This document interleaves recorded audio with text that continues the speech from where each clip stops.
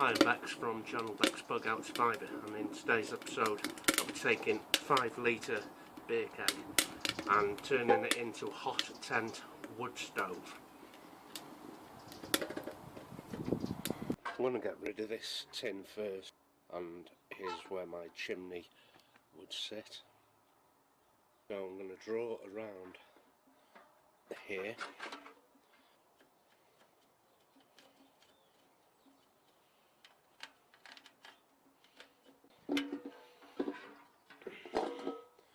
So that needs to be cut out.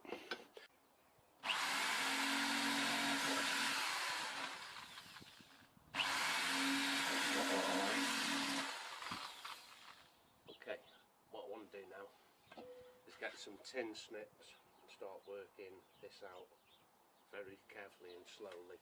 I have both clockwise and anti-clockwise cut-in snips. So one of these will cut, I think it's this one.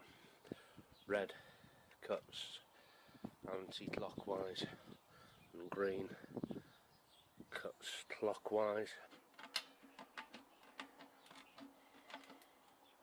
Get this right to the line, but I do want to make a bit of a seal on this if I can. This seems to be working just fine. I think that's close enough. Okay.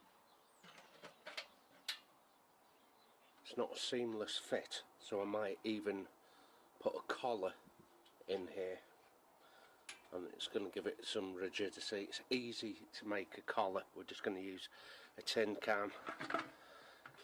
Now it's time to make the door in here. So here's my hinge.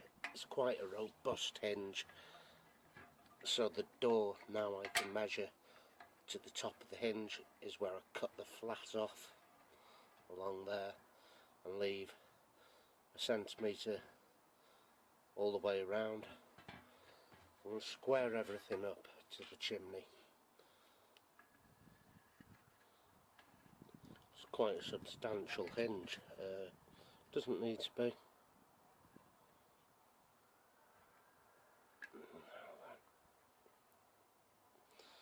And I need to make an inside cut. I'm going to use, there's already a slight groove I can follow here all the way around.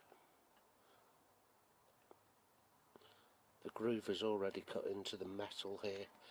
I'm just using a highlighting pen so we can all see it. This section here is all got to go. So this is the depth of burn I have from top to the bottom here. This will be for airflow.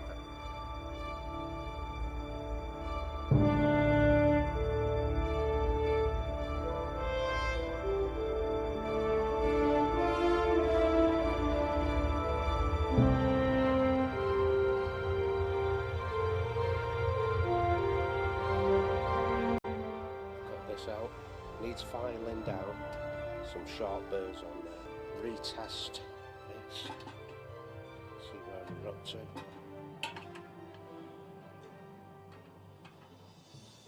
It's perfect. Now it's time to take one of our kegs, and we need to take this base out here, and this I've simply done by using a jigsaw.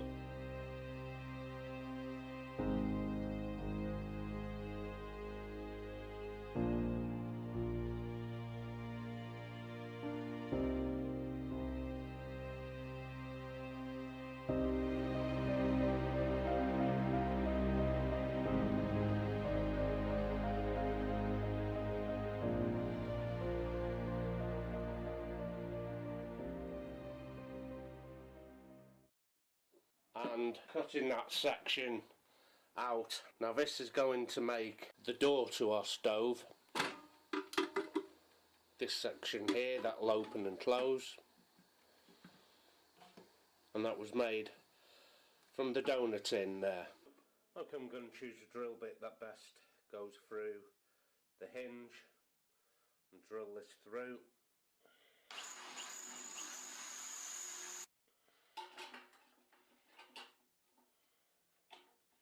Let's see if I can get this. I'll put a little bit of pressure on the handles and bring them together. It should stop this from falling out. The hinge. Make sure we have the right way round. And start squeezing on the handles of the rivet gun. One squeeze. Two squeeze. Split off. I'm going to put another couple in the same manner. Okay, and that's the hinge riveted on. That looks quite solid. Now is the time to put that door on exactly the same way. Drill some holes, rivet them in. This is a really tight seal all the way around here. That's why I cut the door section separate. I just didn't cut the hole out and use that bit that come out the hole, because it'd leave a gap all the way around and it wouldn't create a seal.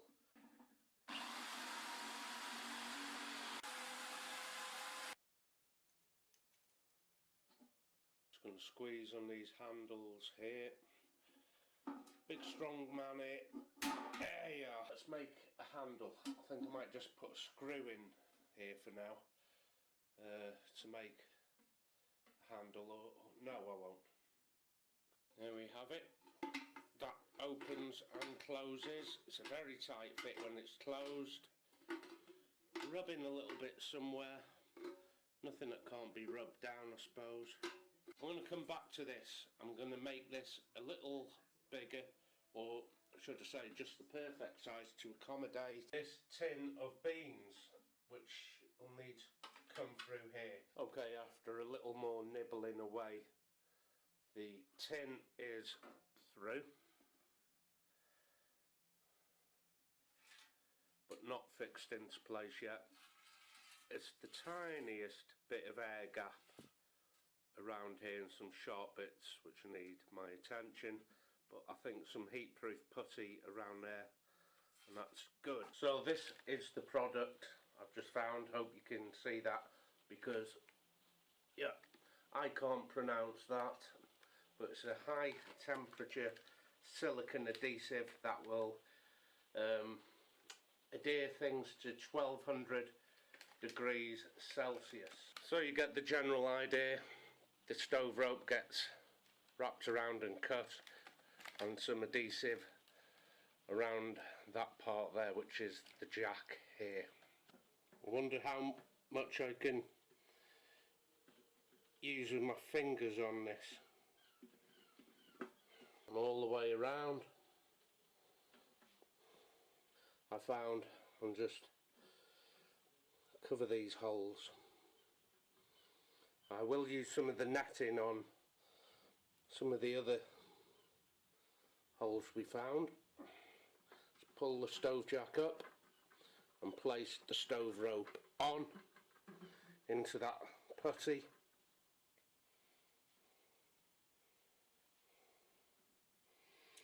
Now I don't know at this point whether I should be doing this with the stove rope or just cementing the metal straight to the metal.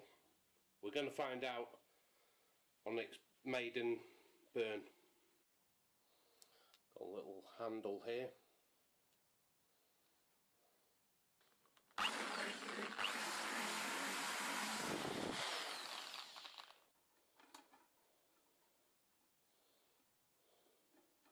Okay, a couple of washers had to be added to that. Well, in fact, they're actually little bolts, just to give it the use of a spacer.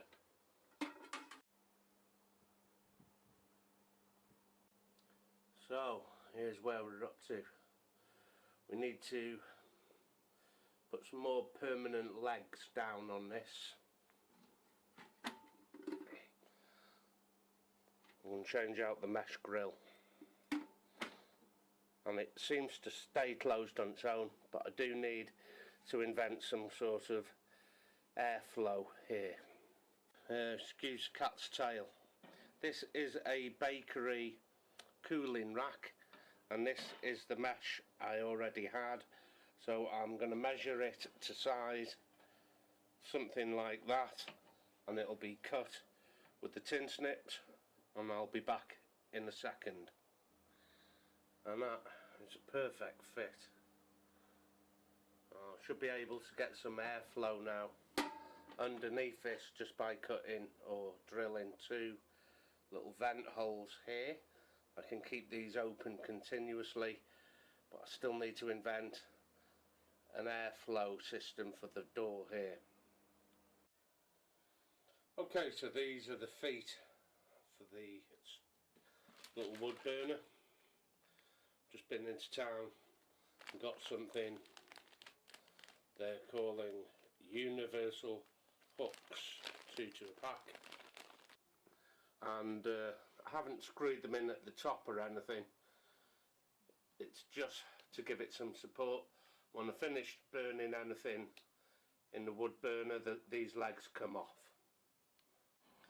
So here's that airflow mechanism, a bottom, I believe, this of a Pringles tube, and I've just drilled a hole through, bolt, drilled 3 holes, and I've just got a temporary little handle I can twist, so that's all 3 vents open, and I can also close the vents to have just 2 holes there and there, and turn it a little more, just the 1 vent. I haven't got damper in this yet, but we'll come to that a little later, or even at a later date. I just want to get this airflow working.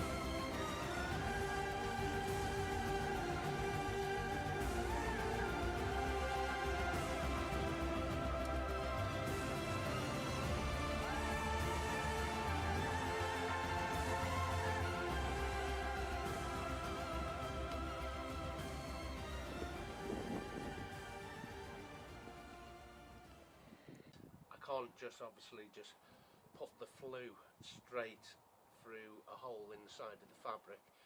I'll need to make a stove jack, which is going to be a separate episode, because the flue will get incredibly hot and it will burn your tent down, trust me, I know.